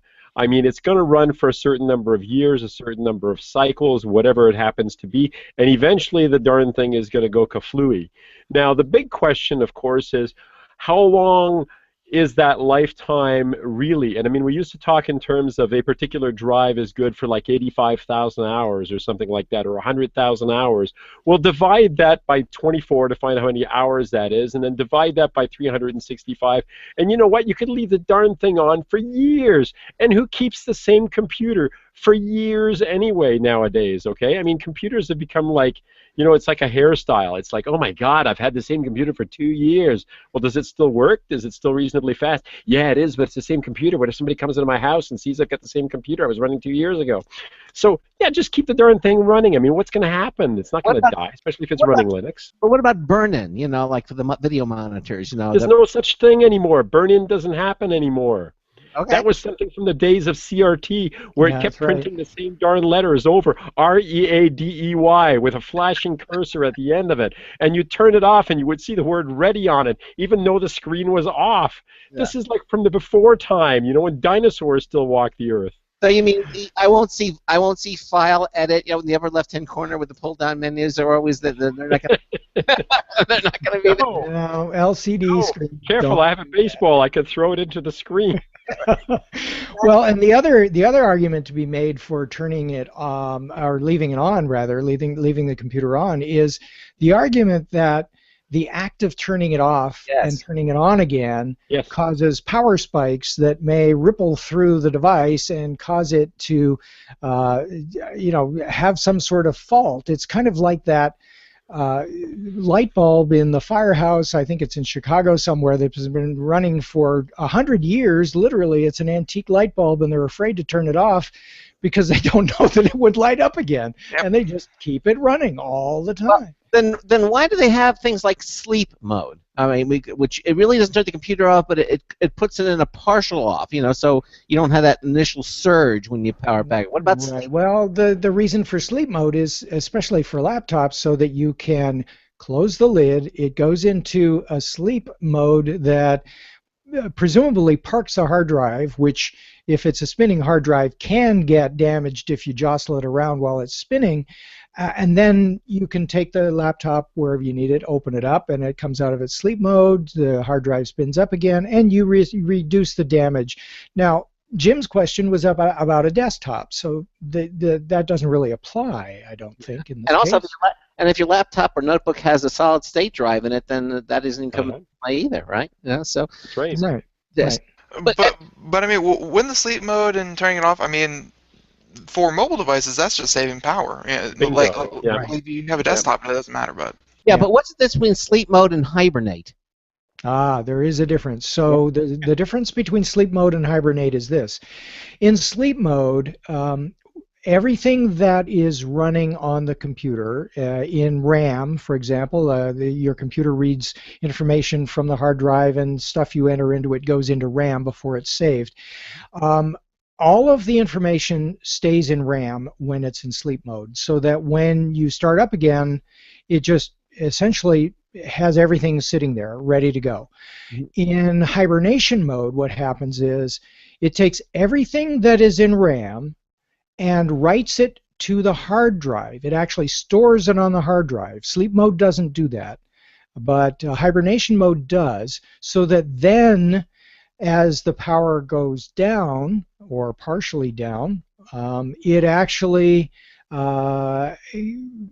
records everything that was in RAM on the hard drive, so that when you power up again, it takes a little bit longer to power up because it has to read all that information from the hard drive, put it back into RAM, so that now you're back the way it was before you went. And it's a subtlety. It really is a subtlety, the difference. But there definitely is a difference.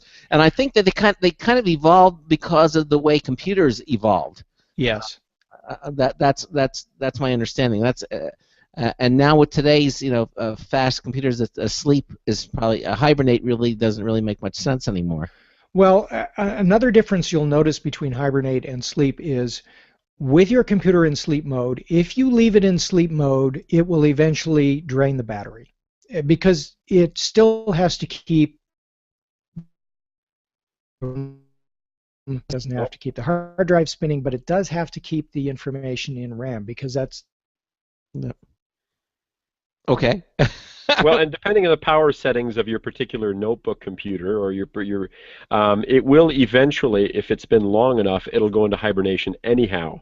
So even though you've just got it in sleep mode and so forth, it's like, well, I've been sleeping for half an hour now, so it drops off into hibernation mode, knowing full well that it has to preserve power, which is really, when you come right down to it, probably the main reason for just shutting the whole thing down, is particularly if you've got a mobile device or something like that, is so that you can preserve the power and be able to use it next time you're opening it up somewhere where you don't have access to a power cord.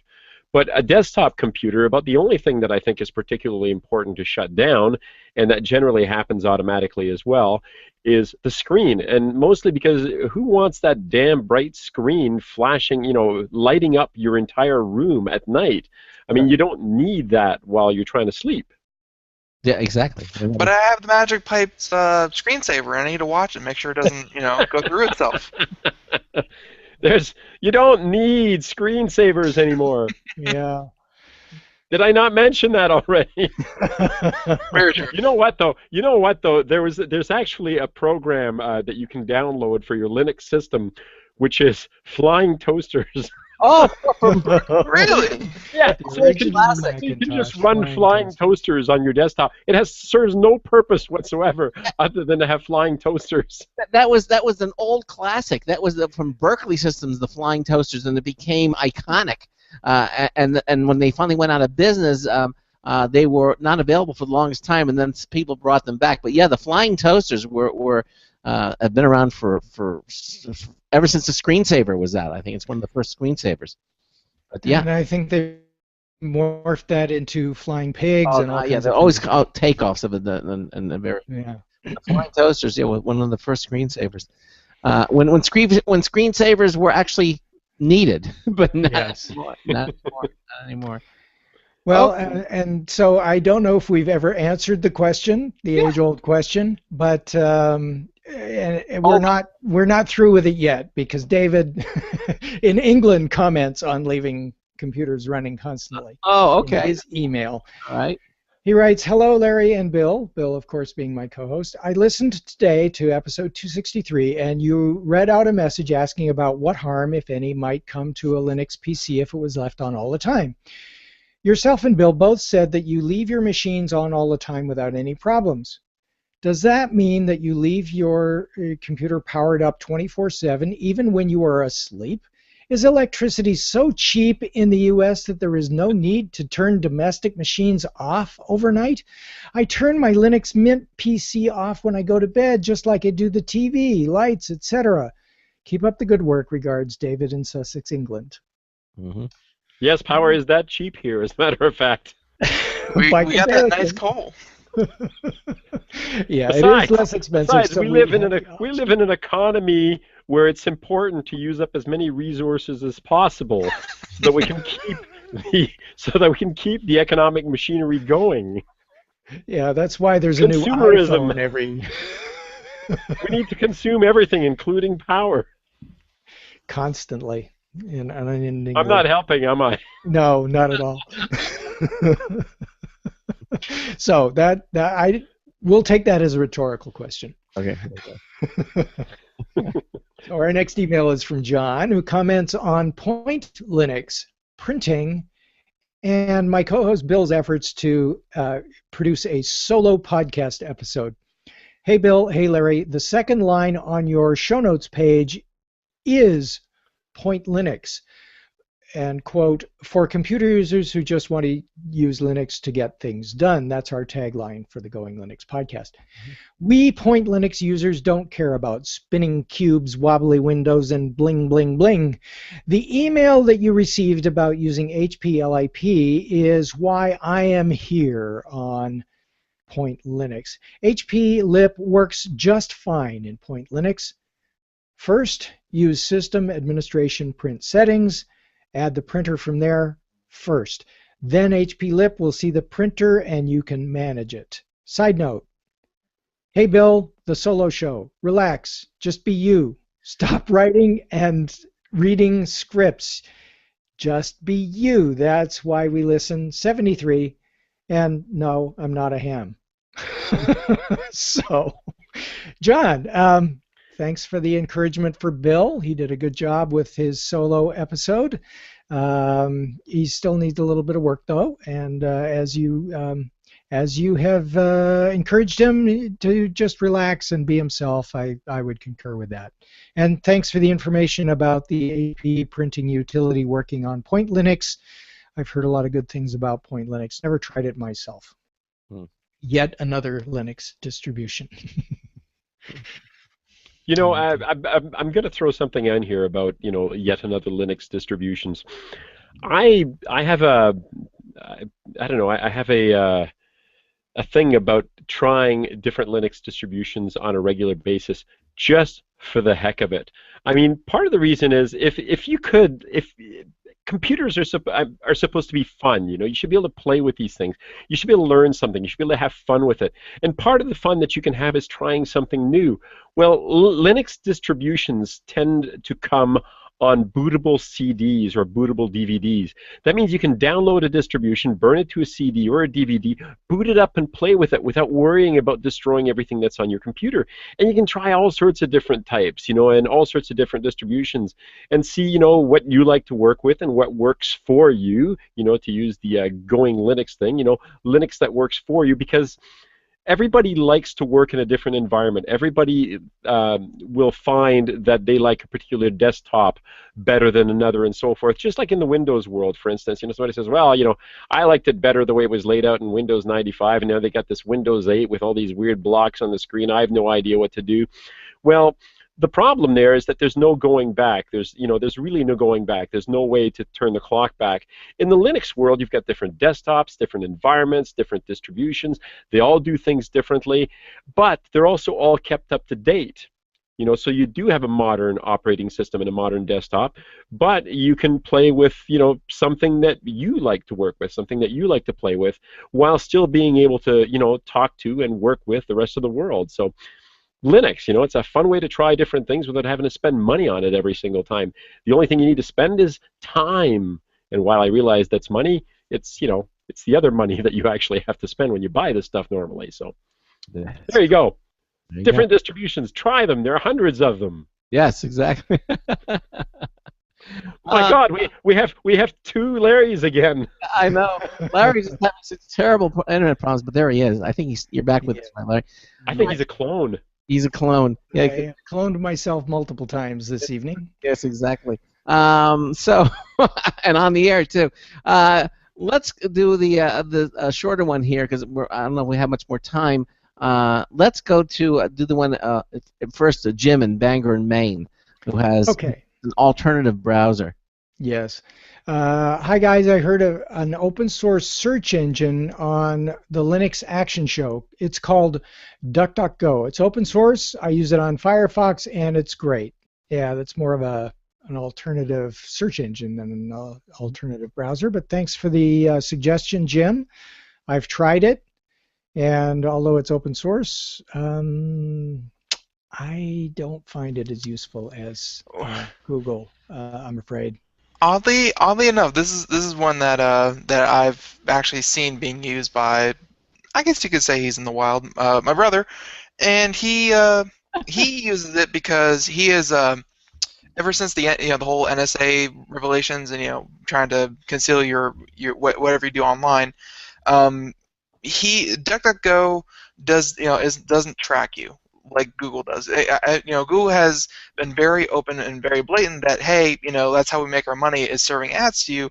So we kind of follow you around and see what you're looking at, and we'll serve up relevant ads. And DuckDuckGo does nothing of the sort.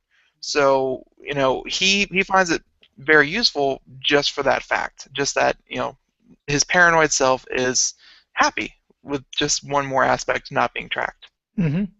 I'm gonna make a plug for something called Ghostery, G-O-S-T-E-R-Y. It's a plugin that you can get for your Chrome browser. It's probably available for Firefox as well, although I have it installed on my Chrome browser. When it's installed and running, you've got this little icon in the top of the browser that looks like a little ghost and so forth. And what's cool about it is when you visit a page on the internet, it will do a pop-up that shows you all the trackers that are on that site. Oh. And sometimes you'll see a list of like 30 or 40 different ad trackers and plugins and so forth that are following you around the internet, collecting information about you.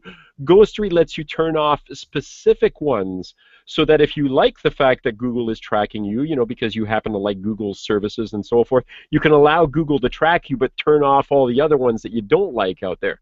So Ghostery is very cool that way. But where it's really neat is if you go to the Google page, you'll notice that Google has like about 5 trackers when you go to the Google search page. And if you go to DuckDuckGo, you'll notice that Ghostery is completely blank. There are absolutely no trackers. So they're legit. They're legit. They really do not track you. It's interesting about Ghostery because it sounds like you have more control than if you're using a VPN, for example, which basically turns everything off, in other words, so they can't follow you. They don't know who you are. But then you're completely anonymous. At least with Ghostery, if you have something where you want them to follow you have a little bit more selective control rather than turning everything off, like with ProXPN. That's one of the ones that I use. And when you use that, of course, they can't track you at all, supposedly. But at least with Ghostery, it sounds like you can turn off selective ones, which is you can, and I personally love that because there are times, shopping networks, for instance, and so forth. I don't have any trouble with the idea that sites keep track of the things I've purchased and so forth, and are delivering content that's relative to things that interest me. I don't have any trouble with that whatsoever. So I'm okay with certain things being tracked, but I also like the fact that I have the flexibility to turn off things that I don't want, and trackers that I'm not interested in that I think are a little bit shady for whatever reason. Yeah, exactly. Okay, and let's see what else here. What's another short one here that we can read? I think Brandon. Brandon, thanks you for some. Brandon at the bottom. Sure, let's talk. Okay. Well, we might not get it because you're fading fast there, Larry. No, he's gone again. Yeah. I think we should all chip in and buy Larry an internet connection. Larry's connection has been almost flawless since for the 7 years that he's been with us. Let's do a Kickstarter to get him. Sorry for Larry. This is his last show here. He's just really having some internet problems here, but it's not my fault. It's not my fault. You didn't do it to him. Oh, okay. You can sabotage him. There he is. He's back again. Hey, I see his face. Oh, I saw his face for a minute. So close. For one brief shining moment, there he was. Yes. I left the camera on just for a moment. You're on your last show. Okay, well, let's try to do Brandon. See if we can finish this. Brandon. Okay. And if I stop talking in the middle of a sentence. Yeah. Okay. Brandon thanks us for our coverage of Sonar, the Linux distribution. Hi, I'm Brandon. I have to thank you guys for pointing me at Sonar GNU Linux. Once I heard you guys talking about it, I decided to give it a try, and now I'm running it full time. Got that big old mean Windows off my machine. I appreciate that you guys talk about assistive technology. At the very least, it will get people seeking new options. But it might just get people thinking about those who depend on that technology and spark creation and inspiration. We always are looking for ways to make our systems more accessible, and the more apps that include accessibility in their design, the more productive we can be. My sincere thanks, guys. Brandon. I thought I heard a bird chirping in the background as you were reading. Yeah, it's that phone call that comes at the end of every one of these. So between internet and phone interruptions, this has been one heck of a show. I think it's time to pass the baton. Apparently, it's spaghetti. Someone on the IRC channel said it was spaghetti. It is spaghetti. At least that's the way I feel about my internet connection today. Yes. So anything you want to say to Brandon? Otherwise, anything you want to say to him? Yes. Well, just thanks, and we're really glad that we've been able to help you find a Linux distribution that meets your needs, and our pleasure to have been of some assistance to you, Brandon. So tell us a little bit about what you're going to be doing, Larry. In the months ahead. In the months ahead. The Going Linux podcast. You're going to be taking the time you were using on Computer America, and you are going to pursue your career in woodworking. Woodworking, yes, absolutely. That's what it is. Yeah, no, the Going Linux podcast is going to continue as it has. Except that we won't have the regular monthly installments of Computer America with me on it.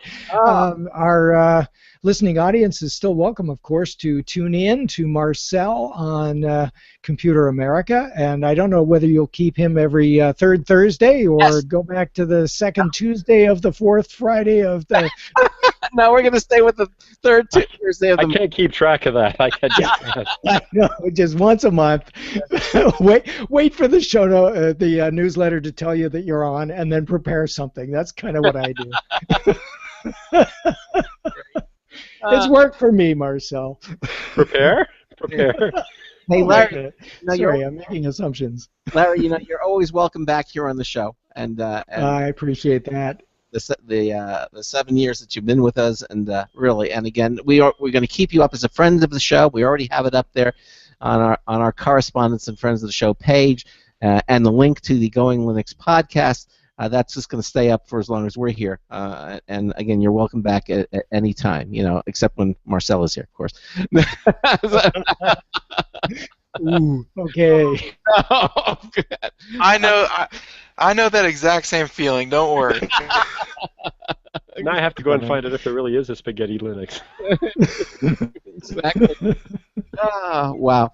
Well, listen, this has been a fun show, and lots of laughs, and it really has been fun for all of us here. Let me just stay with us to the end, because we have an after the show minute or two on our live video stream. So everybody stay where they are. Don't, if Larry, try to keep your internet connection going for another couple. Yeah. Pull out that backup crank. I've applied the bubble gum to the server. Hopefully that'll work. What's happened? Tomorrow night, of course, is our last show of the year. We're going to be taking 2 weeks off, the week of the 22nd, the week of 29th in December. And then back on in January, specifically the January the 5th, we'll return. We're also going to be out at the Consumer Electronics Show out in Vegas. We're going to be at the Showstoppers event, and I believe that takes place on the 6th. And so we'll have Sandy Berger's 90 seconds. David Perry's going to be out there. Hopefully Charles Tindall will be out there. Grayson Hamilton, our gamer correspondent, is going to be out there, and it should be a lot of fun. And so, again, we're going to have our last show of the year with two of our friends, Gene Steinberg and David Perry, two of our longtime correspondents on the show. So hopefully you will be... At the same time? Yeah, at the same time. Oh, that's going to be scary. So you say. 60 seconds. It's just really a fun show. Again, thanks to Larry Bushey for all the great stuff that you've done with us. Thank you so much, Larry, really. And the best of luck. My pleasure, as always. And we'll always keep our door open for you. And, of course, Marcel Gagne. I'll drop in from time to time. Yes. And Marcel Gagne will be joining us in January, specifically on the 15th, which is the third Thursday of the month. Then we'll have Thursday of the month. That comes after 2, right? That's after the second Thursday, right? Yeah, exactly. Okay, got it. Exactly. Just checking. It's not that complicated.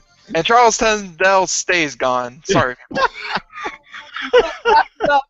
So until tomorrow night, this is Craig Crossman hoping that your hard disk never becomes floppy. We'll see you tomorrow night. What's a floppy? 10 seconds. And I was worried about what I might say on this show.